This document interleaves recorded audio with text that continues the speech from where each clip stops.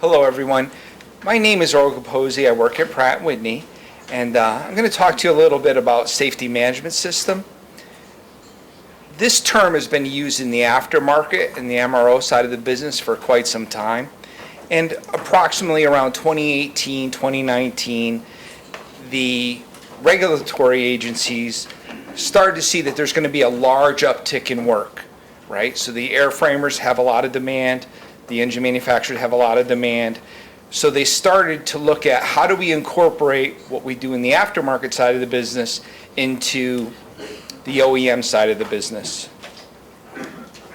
So compounded by the fact that we know there's a lot of recent events that you can search for and find out what's going on that would drive them to be more concerned, right? So you may be asking yourself, what is safety management system? I already have regulatory requirements, plenty of them. I have engineering and quality requirements. I have AS 13100. What's different about safety management system? I'll give you one example that's a real life example that happened at Pratt. One of our suppliers refined their machining process and they made blades. And that's a good thing, right? Their CPK and PPK was much better. They're using all the tools to refine their process, get closer to nominal. When they were assembling the engines, they didn't fit the same. But the person that assembled the engine never raised their hand and said, hey, there's something different. I have to tap these blades in with a mallet, and I never had to do that before. So the blade didn't sit in the disc the same way it sat in the other engines. And it was a military application. The engine failed. And then lo and behold, when you go back and talk to the employee, he says, yeah, it's been different. I had to tap it in with a hammer. Not a hammer, but a mallet, right? All within the rules. So the quality system was met. The part met the engineering requirements. It met the quality requirements, but something was different, right? So the intent, one of the intents of safety management is how do we get that just culture we talked about with human factors and get people and organizations to have this raise your hand, hey, something's different today. I see something I haven't seen before. It may be an issue, it may not be an issue, right? So the regulatory agencies have started passing regulatory rules. I believe yesterday the FAA passed CFR 14. We'll need some time to digest that. Annex 19 drove a lot of activity in AS 13100. You know, we talked a little bit about human factors. A big part of human factors really is safety management. It's we're going to talk about the culture and what drives that. But that's what really has drove this new focus on safety management.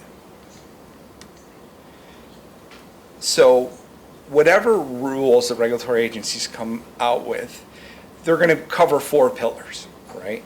There's going to be a policy, and that policy is going to have to address, are you held accountable? So is your executive team held accountable? Do you have resources and procedures to cover that safety policy, to make sure everyone understands what the expectation is? And then next pillar would be safety management. Do you have processes to identify the hazards and risks? You know, that person that was assembling that engine, did they understand that, hey, I can raise my hand, something's different here. It may not be an issue, it may be an issue. But, and then you need to take those lessons learned and the risk controls that you have in place to assure that you're addressing safety, right? It's very important that we all make money and quality and delivery, but at the end of the day, we owe it to the people that use our products. They rely on us. Tomorrow, I will fly 13 hours. So I'll be in a Boeing 787 for 13 hours, and every person that touched that plane helped make sure that I'll be there safe, right? So there's going to be a lot more to come in this, but the expectation is going to be to have training, to have a communication plan, and to have that safety just culture, right? It's a priority. It's not something that is taken for granted. When we talked about human factors, we spent some time talking about pressure. There's a lot of pressure in our industry. I remember clearly one day I was sitting with one of our senior executives. He put his head down on his head and he said, I don't understand. Why would they do what they did? I wanted them to do it faster, but I wanted them to do it right. But sometimes the message is construed that at all costs, this needs to go from A to B. And the whole organization and every facet of the organization needs to have the ability to say, we're going too fast. Or, we need to look at this because this could be a condition that would drive something that would not be a good reflection, right? And we always use the expression, loss of engine, loss of life, loss of aircraft. And I'm not trying to scare anyone. We know how important our jobs are, but you're going to see a lot of focus on this coming up because of the perception, one, that the aero engine community isn't doing everything they need to do, that we've gotten a little sloppy, that we're going too fast to meet the expectation with this big uptick in work. So to have this positive culture, these are some of the enablers or factors that are part of a good, solid system. One, you need to be informed, right? You need to share lessons learned with your coworkers, and they need to all be comfortable to have the ability to raise their hand and say, hey, something's different. This isn't happening the way it used to happen, or I have a concern. And the culture needs to be flexible. So sometimes it's going to be very uncomfortable. You have to tell your boss, and your boss has to tell his boss or her boss that we have to take a pause here and make sure we're doing the right thing for all. We need to take those lessons learned and do read acrosses and make sure there's not other part families or items that are affected, and share those lessons learned. It's very painful when you have to raise your hand, like I said, but it's the right thing to do, to share those lessons learned and make sure we're getting everyone where they need to be safely. A big part of it, and a big part of human factors, and a big part of AS 13100 was human factors, right? It's that just culture, that level of comfort that wherever I am in the organization, I can raise my hand and say, I have a concern, right? And then it's the ability to be able to report that. There's many tools at Pratt, and I won't rattle them all off, but we really promote that. We want to know. And we even have a process where it's anonymous. And we take those serious. It's not like our supplier request for information that takes 2 weeks to get answered, right? It's really gets a lot of attention. We have a whole team. We have a vice president of safety, and it's all to meet this upcoming requirement. Within AS 13100,